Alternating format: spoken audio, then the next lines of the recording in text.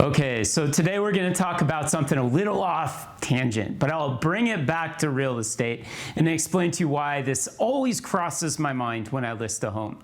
So most of us have already met, but for those of you who I have not yet met, my name is Matthew Jeske. I'm a real estate broker down here in Southern Arizona, and I help folks just like you buy and sell homes. So let's get into this. When I was a little kid, at school, we got this book called the Guinness Book of World Records. And the records were pretty boring, except for the top speed records, which I was absolutely fascinated with. I opened the book to the top speed record for a land production vehicle. It was a Lamborghini Diablo. This guy could go 200 plus miles an hour. It was super cool. So that day I went home, I asked my mom, hey, what do I need to do that I can buy a Lamborghini Diablo? And do you know what she told me? She said, well, someday you need to become a real estate broker so that you can afford it. So I'm a real estate broker now. I can tell you I do not have a Lamborghini Diablo parked in my garage. The price notwithstanding, I don't even have a Ferrari. But what we're going to talk about is the C5 Corvette I bought, which was a very modest price tag. I didn't even buy it new. However, it's a very capable car. And this car, you may very well know, some people call it the working man's Ferrari, right? So just about anybody can attain the income to purchase a Corvette. A used one, almost a high schooler could do. It's not very difficult. However, at the time, mine's a 1999 C5 Corvette. That retailed for $40-some thousand. A couple years later, they came out with a Z06. Mine's lightly modified, and it's a little around the performance level, if not more, than a C5 Z06 Corvette. And that C5 Z06 Corvette retailed for $52,000. At this same time, Ferrari came out with the 360 Moderna. These are very evenly matched cars.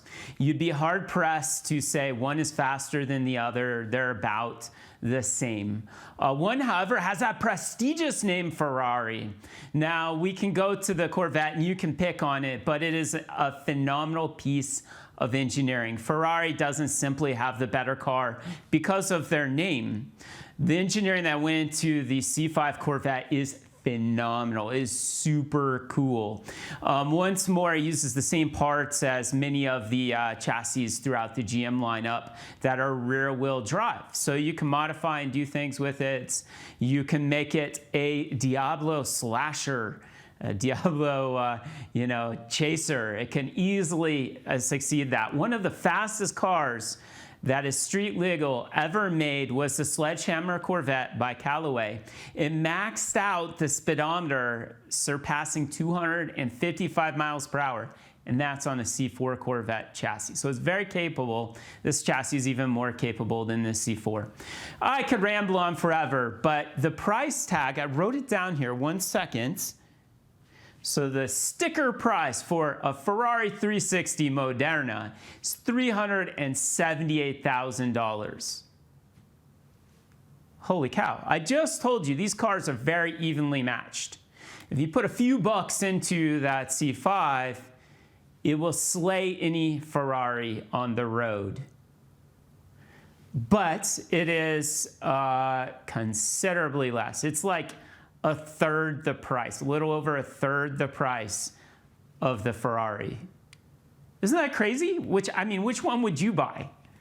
You'd probably buy the Corvette. However, at the back of your mind, you still covet that Ferrari, right? I still covet the Lamborghini Diablo. I think it is so cool. But I have the Corvette. And yeah, my Corvette would probably out-accelerate, most certainly out-accelerates a Lamborghini Diablo. However, it's not a Diablo. This thing goes through my mind all the time. So when you go to sell a home, you only have one home to sell. Rest aside, GM makes way more money with the Corvette than Ferrari or Lamborghini, now owned by Volkswagen, could ever hope to make. But one car sale versus another car sale, wow. Those Ferraris really fetch a good sticker price. When you list your home, Do you want to list a Ferrari or do you want to list a Corvette? This is something that most people don't think about. Now, when they roll out the new Corvette, like they just did the C8 Corvette, it's a limited production in the first years as they ramp things up. And there are people lined up around the block to buy them. However, even paying over a manufacturer recommended sales price, it still is not bridging the gap. You're not paying what a Ferrari costs. And why does this come to mind? Everybody is coming to me as a real estate broker right now, and they're going, oh my gosh, my neighbor sold their house and they had 15 people bid on it. Their price was listed at this and they got another 10 grand, or they got another 15,000 bucks, like another 5% maybe. And I'm saying, well, that's great, but you still haven't marketed that house as well as Ferrari markets their vehicles. You see, when my clients come to me, I arm them with over a decade of experience I have in the market. And I've constantly thought about Ferrari versus Corvette this whole time. Both are wonderful. Both are essentially the same on paper. You can pit them right against each other, but one is a fraction the cost of the other. Do you want to have a Ferrari when you list your home or a Corvette? Now, when you buy, of course, you want the Corvette, but when you sell, you want to be a Ferrari, or at least understand how Ferrari got to that point. And maybe utilize some of that knowledge to make your sale a lot smoother and more efficient. Understand everybody isn't looking to make a landfall on their home. There are a few folks that just say, just list it, let's get it sold. And I'm certainly happy to do that. But we want to utilize all the full potential that we have marketing your home to get it sold in the most effective, efficient way to meet your goals. And where might this scenario be a little different? So occasionally someone comes to me and say, I don't care, I need to sell my home right now. I'll give you an example. A few times I've had clients where their homes were going to be foreclosed on. Yeah, your clock is ticking. The home will be auctioned on a certain date. And in these scenarios, we had a matter of days.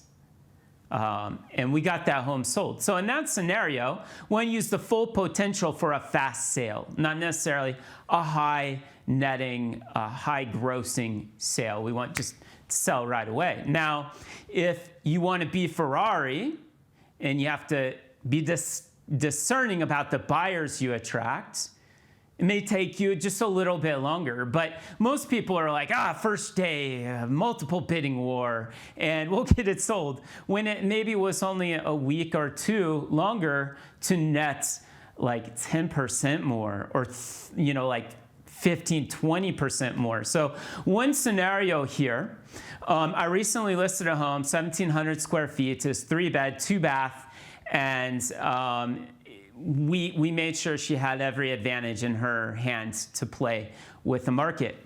Now, we listed this home for like a sizable jump more. Most homes at this time were listed of this feature set were listed around $300,000.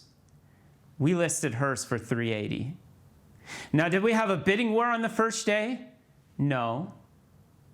But what we did have was we had a full price offer, no concessions, nothing, no allowances to the buyer, just a full price offer a couple weeks later.